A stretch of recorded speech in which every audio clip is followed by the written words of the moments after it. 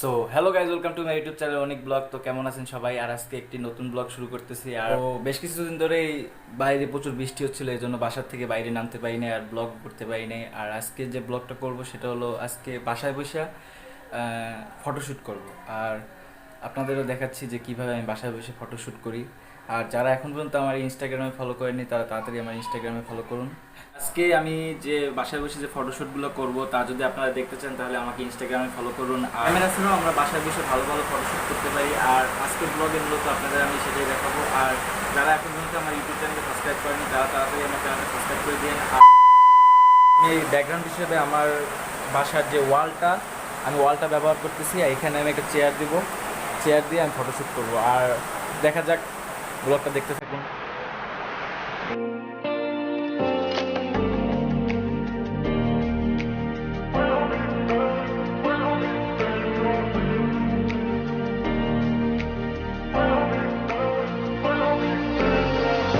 Background ঠিক করা শেষ, এখন ফটোশ্যুটে চলে যাব। আর ফটোশ্যুটের জন্য প্রথম যে জিনিসটা প্রয়োজন হবে সেটা হলো এরকম একটা ট্রাইপড। এরকম একটা সাইজের ট্রাইপড যদি আপনাদের বাসায় না থাকে তাহলে এমন একটা স্থানে মোবাইলটা রাখতে হবে যেন মোবাইলটা না নড়ে, যেন ফটোশ্যুটের সময় যেন কোনো মোবাইল যদি নড়ে তাহলে ফটোগুলো ভালো উঠবে না। আর দ্বিতীয়ত প্রয়োজন হবে লাইটের। এখানে আমার রুমে লাইট কম পড়ছে, এজন্য আমি এক্সট্রা একটা লাইট ব্যবহার করতেছি। আর এই লাইটটা যদি এক্সট্রা লাইট যদি আপনাদের ব্যবহার করা না লাগে তাহলে আপনারা সফট বক্স ব্যবহার করতে পারেন। যেহেতু আমার কাছে সফট বক্স নাই এজন্য আমি এক্সট্রা একটা লাইট ব্যবহার করতেছি। আর ব্লগটা দেখতে থাকুন। ছবি তোলার মডেল অনুযায়ী আপনি আপনার অ্যাক্সেসরিজ নির্ধারণ করবেন। যেরকম যে আমি এখানে একটা রিং ব্যবহার করতেছি, আর এখানে একটা রিং ব্যবহার করতেছি, এখানে একটা ব্যাসলাইট ব্যবহার করতেছি।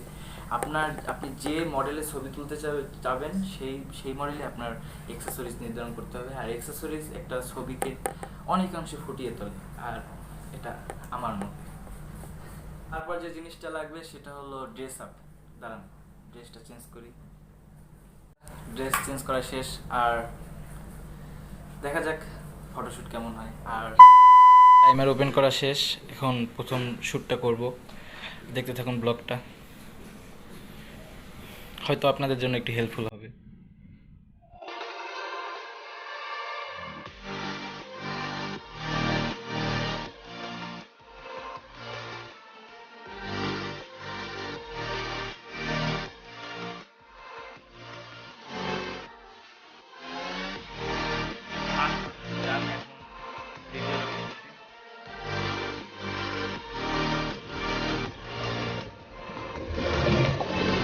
আর এখন পর্যন্ত যা আমি আপনাদের যা টিপস দিলাম সম্পূর্ণ আমার নিজের এক্সপেরিমেন্টের উপর।